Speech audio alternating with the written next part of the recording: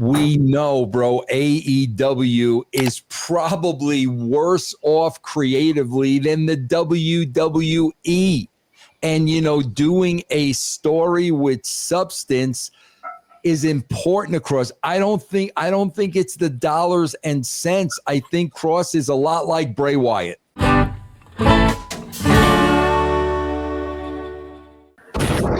What's going on, everybody? This is Dr. Chris Featherstone here for yet another episode of the Wrestling Outlaws. I'm here with EC3. I'm here with Vince Russo. Look at that dog. Chris. He's got that dog on him. Yeah, absolutely. All right, gentlemen, we got some stuff to talk about today. We got some topics at hand. EC3 looks like he is at a tiki bar / a red light special sauna. He might be naked, Dr. Chris. He may be naked. Hey man, thankfully the camera's doing a headshot right now, man. Yeah. I don't want to know. Yeah, right. Yeah, I'm only talking about one headshot, not the other headshot, ladies and gentlemen. Thankfully, it's a PG show, ladies and gentlemen. PG show. All right, let's talk about AEW All Out. We're commissioned to talk about All Out. So that's on September 20th. However, are we on the payroll? Are we on the payroll too? It's gonna be a great show. Yes. We're part of the creative team. Yes, indeed. However, here's the funny and interesting and perhaps petty to many part of this conversation is that WWE has also announced that Wrestlepalooza is coming on September 20th to counter AEW All Out, allegedly having John Cena versus Brock Lesnar as the main event. Chris, you want to hear something that you'll pop over? Yes, please tell me. In 1998, when the Attitude Era was so hot, Fox commissioned me to write a pilot. Okay. So I wrote a pilot for Fox based on the wrestling business. But so bro, it was called Rope Opera, and their big event, their big yearly event. Guess what it was called, Chris? WrestlePalooza in 1998. This is so weird. I was just talking. I had one of ex's young boys, Hunter, come by the house. He had to talk about life. So that's the kind of guy I am. I let him talk about life with me. And I was talking about, because he asked about you, Vince, because I brought him on our pod that one time where he had the cowboy hat on. Yeah. I'm like, I talk to Vinny Rue all the time. He's my boy. I'm like, we should bring him into Exodus. And he's like, oh, yeah, that'd be great. I'm like, oh, yeah, we can build the show around. Like, there's this bowl of, like, crazy match stipulations. When you come out and, like, you pull one out, it's like, oh, we have TME versus Man Bun Jesus and Sam Beal, and their match is going to be something's on a pole. But then I was like, what should we call it? And he's like, Russo-palooza. Yes. And now we got to do it. So that's what did they call what was it called in Wayne's World? Was it Wayne Fest? Is that what they? Wayne Stock? Was it Wayne Stock? What did they call the big? Yeah. Was it Wayne Stock? Yeah. My favorite shows that I wrote for wrestling. Some of my favorite shows was when we had like a commissioner for a night. Like one of my favorite shows of all time is when Sean was the commissioner and he booked the most ridiculous matches imaginable. I love situations like that. You don't see stuff. That's why I said, Chris, in a tweet, if the WWE wants to bring in Jericho, bring him in as the commissioner for both leagues. That would be so freaking entertaining, man. Yeah. And it would put more stock in a Jericho match in the WWE. Because you are right. If you think about a Jericho match at 55 years old, doesn't have much stock value to it. But a Jericho match that means something as a result of him being player coach / GM, now that would mean something because there's a good setup and build for it. So, Agreed. All right, so Cody Rhodes versus Drew McIntyre is also slated to happen at this big old WrestlePalooza event. Vince Russo, give me the logic. I mean, you're the one who knows the ins and outs, at least during the Attitude Era, and you've talked to people, and you came back a few years later to consult, and you consulted just a few years ago. Help us understand, Vince Russo, why WWE says, AEW has one of their biggest events of the year. Let me go ahead and turn heads away from them and have an event where we're going to save this Brock Lesnar return for probably a one-off pay-per-view just to take eyes off of AEW program. There is a reason for it, Chris, and I'm going to tell you what that reason is. Originally, I thought they're just effing with them. That's what I thought. They're just effing with them because they can. And that's what they do. EC3 will tell you that's what they do. But the more I thought about it, Chris, let's think about this freaking logically.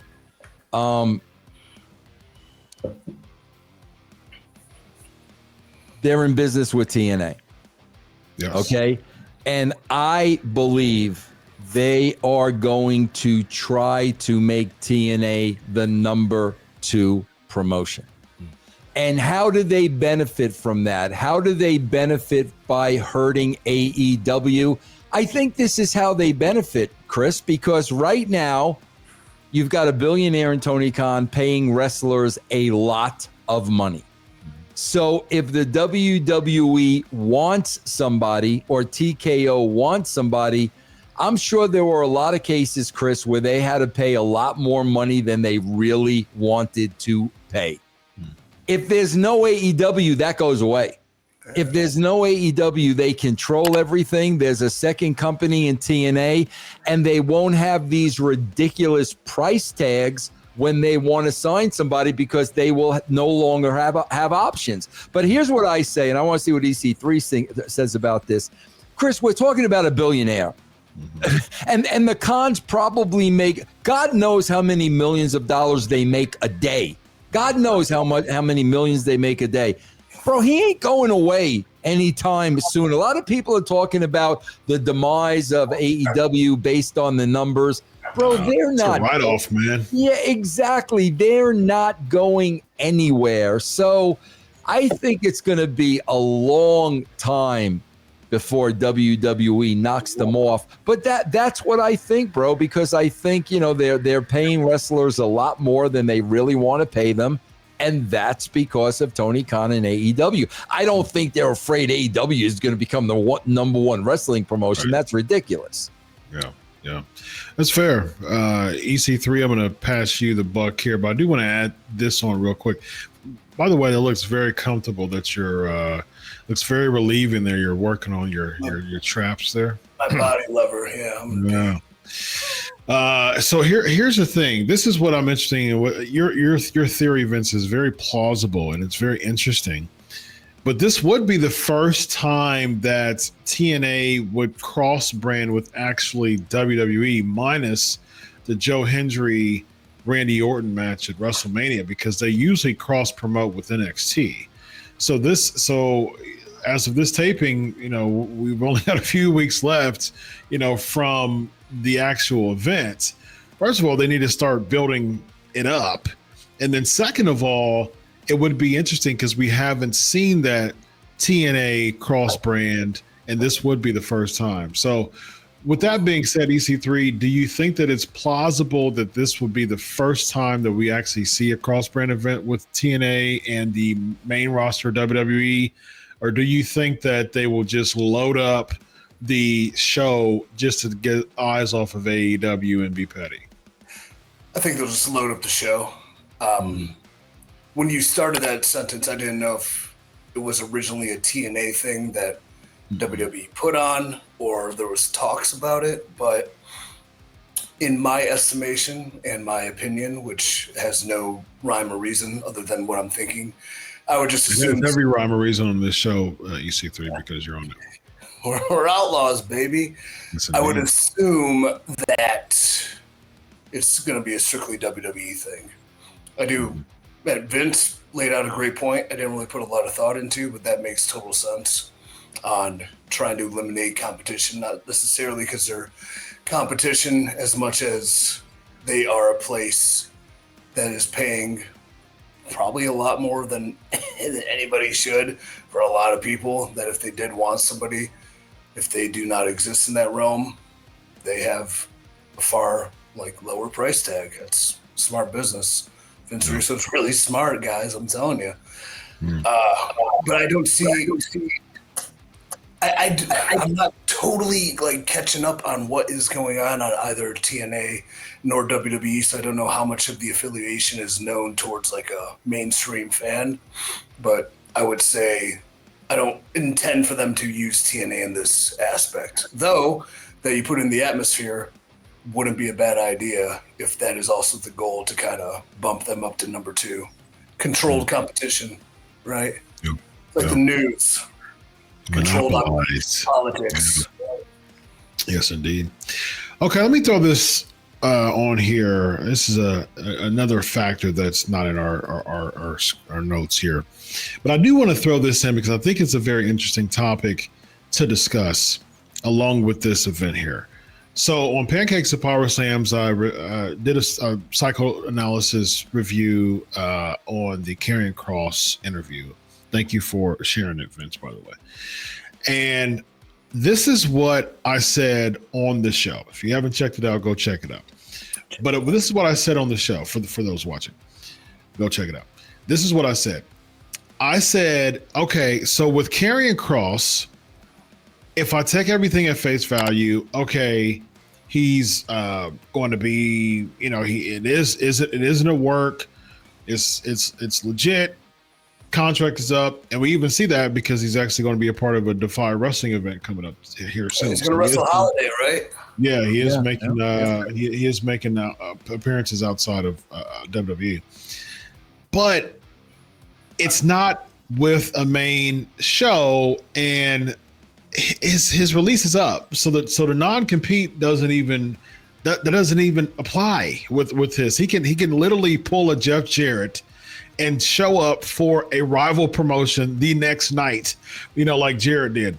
After the Good Housekeeping match, he showed up on Nitro, if I'm not mistaken. And so that's the thing that Karrion Kross can do. But this is the reason why I don't understand from a business standpoint why he isn't doing this. Tony Khan, you just mentioned the Khans being billionaires, Vince. Tony Khan would absolutely throw the book at him for sure. And if there's anybody that can cause people to turn away from this WrestlePalooza that's going to be rumored headlined by John Cena versus Brock Lesnar, it's absolutely setting up and setting up teasers for weeks, and then all of a sudden people know that it's going to be Kross, and then come September 20th, Kross comes out, debuts on AEW, and Tony Khan would absolutely be open to throw the book at him, and he would have a better spot than what he has now, and he would be a main event spot, and he would do basically what Vince McMahon encouraged people to do: go out, find yourself, bring your stock up, just like Drew did, just like Jinder did for, when he came back and became champion, and that happens nowadays quite a bit. So with that being said, so that's the backdrop of my question to you, Vince. Why wouldn't Kross go the route of AEW, be a top main event star, be the one person to turn heads from the WWE event and capitalize on that opportunity? I will tell you exactly why. All right. Oh, that's a good idea. I'm like, no. I am going off of his comments on Ariel Helwani. Just listening to what he said. Okay, Chris, we all know, we talk about it all the time. Kross is very, very smart. Yes. Very, very smart. Kross's creative is very, very, very important to him. So here's the first thing he's going to do. He's going to talk to people he knows at AEW. They're going to tell him how it really is and what's really going on. We know, bro, AEW is probably worse off creatively than the WWE. And, you know, doing a story with substance is important across. I don't think it's the dollars and cents. I think Kross is a lot like Bray Wyatt. There are things that he wants to do, and it's not that kind of creative at AEW. It's all about the 5-star match, and Kross's strong suit is not the 5-star match. We know that. On top of that, I think he was really taken back by the way the negotiations went down at WWE. I believe he really wanted to stay, and I believe he is hoping that those negotiations can open up once again, and that's why he may be buying his time with these smaller promotions, because everything he said sounded like if it were up to him, he'd really want to go back to the WWE. That lowers his leverage, though, because it makes him feel more desperate. If he goes out and here, my theory was, if he's negotiating with Tony Khan, his negotiation is, okay, cool, I'm for it. Let's do it. Find a way to put the belt on me come September 20th. Whether it's, you know, somebody doing an open challenge or him, you know, somebody being attacked, you know, whoever the number one contender is, the champion, I think Paige is the champion now. Yeah. So even if he loses the title beforehand, he gets taken out. He wants his rematch. Somebody take Paige out. And then now, say, for instance, Moxley or some other heel cuts a promo, even if it's MJF. I think MJF has the case. If it's MJF, which would be perfect, you know, to cut a promo and just, you know, boo everybody. I don't have an opponent. I took out Hangman Page. I'm the top of the world. Lights come off. People know what's going on. And so MJF issues an open challenge against anybody in the locker room, right? And it's Goldberg. Lights, and then Goldberg comes out, of course, you know. But lights go off, and then all of a sudden he gets a very elaborate. AEW's production is good too, super dope production, amazing, and all of a sudden, boom, Kross comes out, Kross versus MJF, and then Kross wins the title. If it was up to me, I would put the belt on Kross night one against MJF on September 20th. Because if you're thinking about it from a buzzing perspective, you want to know what's the most buzzing topic that's going to come out of that weekend. Is it going to be John Cena versus Brock Lesnar, or is it going to be one, Karrion Kross debuts in AEW, and two, Karrion Kross wins the title? Then that gives Karrion Kross an opportunity to say, okay, cool, we can renegotiate. But hey, I'm living pretty over here in AEW. I'm former world champion. I'm expecting to be on that level when I come back to WWE. So that's my take on it. I think it would increase his stock tremendously if he had that opportunity. EC3? The titles are already such hot potatoes. I think the integrity of it, if they wanted to build it, I don't know about day one. Does anybody have that carte blanche to negotiate? Put the title on me on day one. That sounds like Hogan and shit. Sorry. Yeah, but I mean, I think Tony Khan would take the bait. I really think that he would do, because the thing is, from what y'all's knowledge of AEW, who in the world in AEW right now has the stock value to take away eyes from John Cena versus Brock Lesnar on the main roster currently? Does the title need to be changed, though? Because I think you'll get the buzz regardless. I'm just trying to, as one of the boys and knowing Kross, he has a lot of respect for the business, too, where to negotiate yourself to become champion on the first day in the company where a lot of people are just, struggling for TV time, they could... Cause he's one of the boys.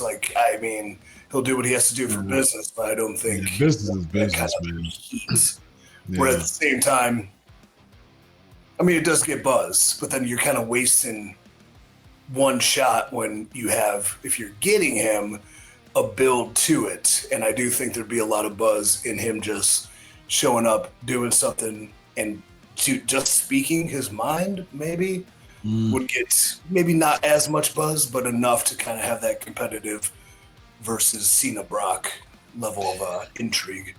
But to Vince's point, though, storyline building is not really a thing across the board in all of professional wrestling anymore. I mean, that is a very lost art. I mean, it is an incredibly lost art, and but so Karrion Kross does respect.